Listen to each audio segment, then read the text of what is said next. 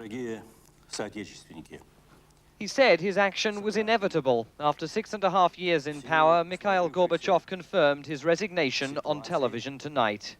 Я покидаю свой пост с тревогой, но и с надеждой, с верой в вас, в вашу мудрость и силу духа. Мы наследники великой цивилизации, и сейчас от всех и каждого зависит, чтобы она возродилась к новой, современной и достойной жизни. The president who returned to power from house arrest after the failure of the August coup never recovered his authority and tonight paid the political price. The man with no country left to govern said he was leaving the nation in a better state than he'd found it and described some of the achievements of his rule.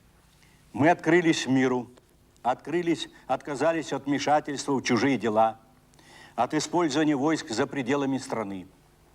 И нам ответили доверием, солидарностью и уважением. Мы стали одним из главных оплотов по переустройству современной цивилизации на мирных демократических началах. In his 6 years in power, Mikhail Gorbachev transformed the Soviet Union from authoritarian dictatorship to fledgling democracy. He met with US presidents and slashed the Soviet nuclear arsenal. He allowed the Berlin Wall to fall and presided over the end of the Cold War and the start of warmer relations with the West. Sergei Stankevich is one of those who now assumes the mantle of power. A senior advisor to President Yeltsin, he's one of the younger generation of politicians taking over here.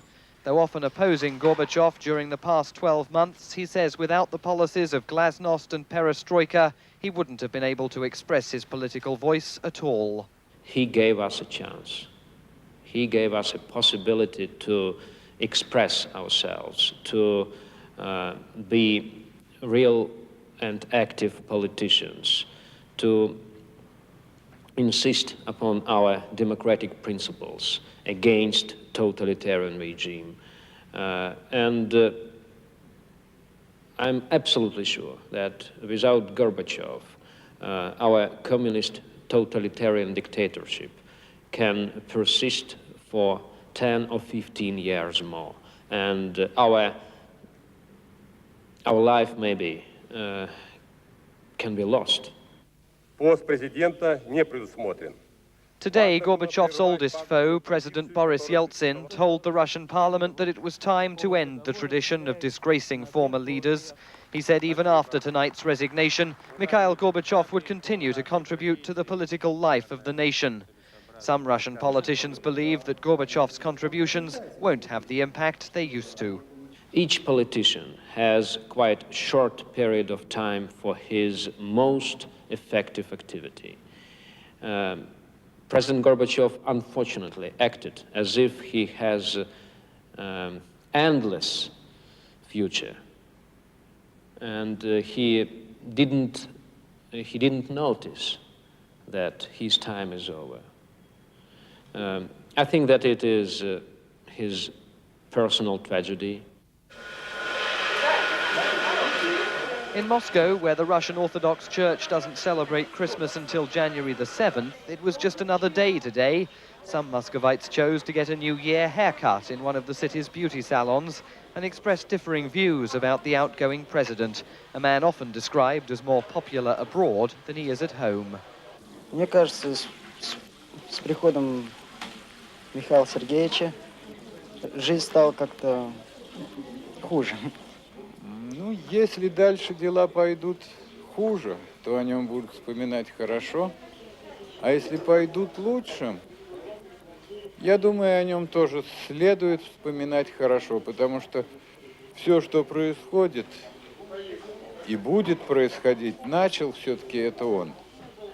И в том его заслуга и перед человеком, и перед историей. Я не огорчен, я не то и не другое, потому что я не знаю, что следующее сделает. Если он сделает лучше, так это дай бог, как говорят. Ну, а так сказать трудно, конечно. The man making plans for the future today acquired the briefcase that controls the nuclear weapons of the former Soviet Union. President Yeltsin says he'll only use them once he's consulted with other Commonwealth leaders who have nuclear weapons on their soil. Former Soviet Foreign Minister Alexander Besmetnik thinks the nuclear issue already threatens the very existence of the Commonwealth. He says member states may not fulfill their promise to destroy all weapons outside Russia. What I'm most concerned about is the fact that the nuclear weapons on their territories may become the part of the domestic situation.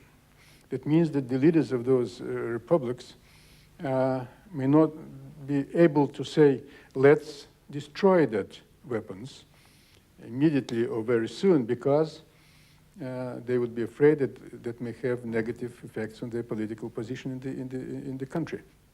While new problems emerge, tonight in Red Square, the symbol of the old administration was removed. The red flag was lowered from the Kremlin, replaced by the Russian banner, at the very moment Mikhail Gorbachev officially became the 8th and last leader of the Soviet Union. At the end of his time in power, Mikhail Gorbachev said tonight that in a country such as this one, it is not possible to carry out reforms without repercussions. He described reforming the nation as a risky policy. President Yeltsin now inherits the reform process here, and the risks as well.